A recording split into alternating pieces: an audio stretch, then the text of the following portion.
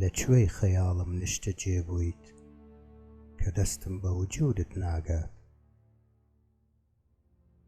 بیرت دەکەم ئەمە یەکەم جار نییە، کاری هەموو ڕۆژێکمە، بەڵام بە بێدەنجی.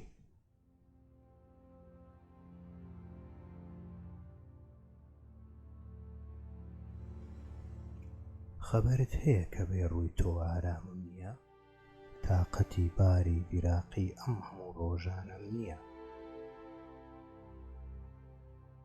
هەرگیز دەستبەرداری کەسێک مەبە کە ناتوانی ڕۆژێک بەبێ بیرکردنەوە لە تۆ بەڕێ بکات. تۆ لە ئێوارەیەکی لە خۆبایی ئەچیت، پێشەوەی ئاوا بیت ناز بەسەر تاریچی ئاکەی.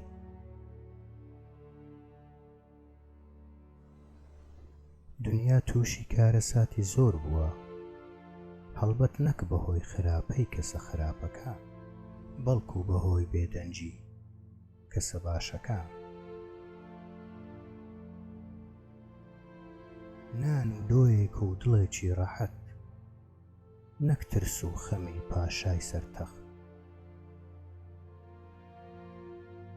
لێرە کەس جێ لە حەسرەت و ماجەڕای عاشقان نادا، گوڵم زۆر کەس لە زمانی خۆشەویستی و عەشق ناگا.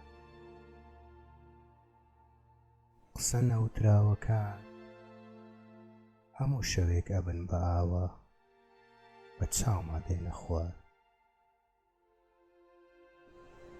چۆن هۆکاری بێخەویەکانم بڵێن کاتێ یادی تۆ لە بنمێکی ژوورەکەمەوە گڵۆپە ئەکا.